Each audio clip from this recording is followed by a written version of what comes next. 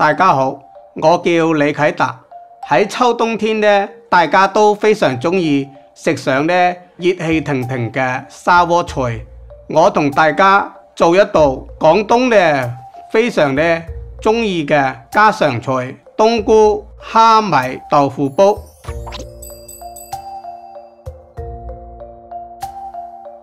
而家呢，我哋就準備食材。首先呢，就將豆腐切成呢我哋入口呢比較方便嘅大小。然後呢，將冬菇嗰個底部切好。冬菇呢要提前呢用水浸到佢呢軟啦。蝦米呢又要提前用清水呢浸到佢軟身。蒜肉呢就切成細粒。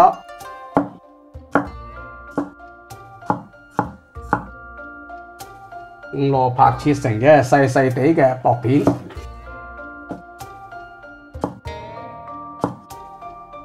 青椒呢，將裏面嗰啲核整出嚟，裏面啲核呢就有少少辣嘅，然後呢改成呢斜個薄片。臘腸呢切成斜刀個薄片。香蔥呢切成蔥花，蔥白呢就另放。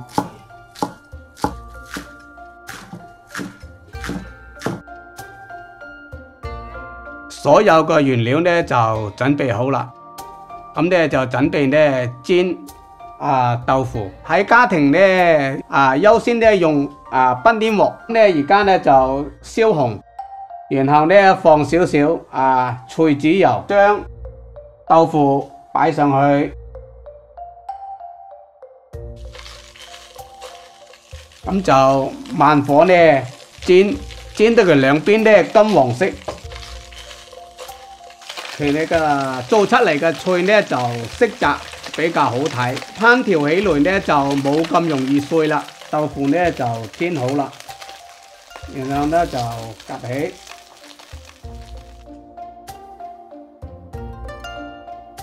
所有嘅原料呢都準備好啦，而家我哋可以炒菜啦。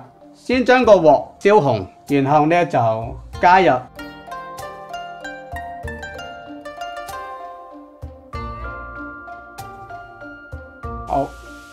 蒜粒呢，炒到佢金黃，嗰啲香氣呢全部出嚟啦。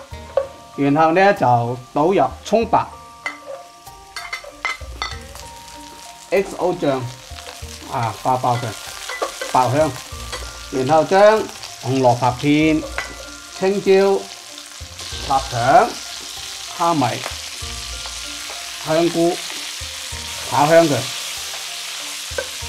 就加入少少嘅浸過嘅香菇嘅水，同埋呢浸過蝦米嘅水，咁樣呢就煮出嚟嘅菜呢就更加鮮味。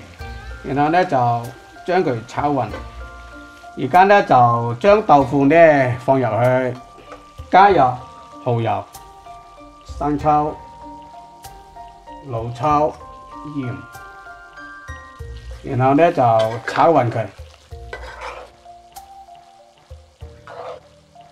如果湯水唔夠呢，就可以加多少少湯水落去。顏色唔夠呢，又可以睇情況加少少老抽調顏色，因為呢做菜呢最緊要個色香味大火呢燒開咗，然後呢改為慢火，慢慢呢燜佢5-6分鐘。而家呢嗰啲醬汁呢差唔多收乾啦，咁就可以勾芡啦。勾芡呢一邊倒落去，一面要炒一下。令嗰啲芡汁呢比較濃郁。好，而家呢就放少少包尾油，咁呢個做出嚟嘅菜呢就更加亮啦，翻佢兩下。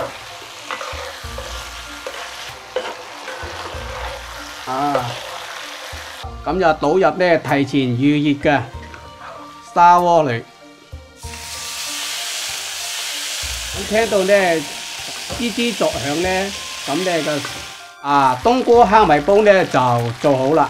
然後咧就撒少少葱花放少少咧香菜點綴一下，一道咧非常適合秋冬季，大家又非常中意嘅冬菇蝦米豆腐煲就做好啦。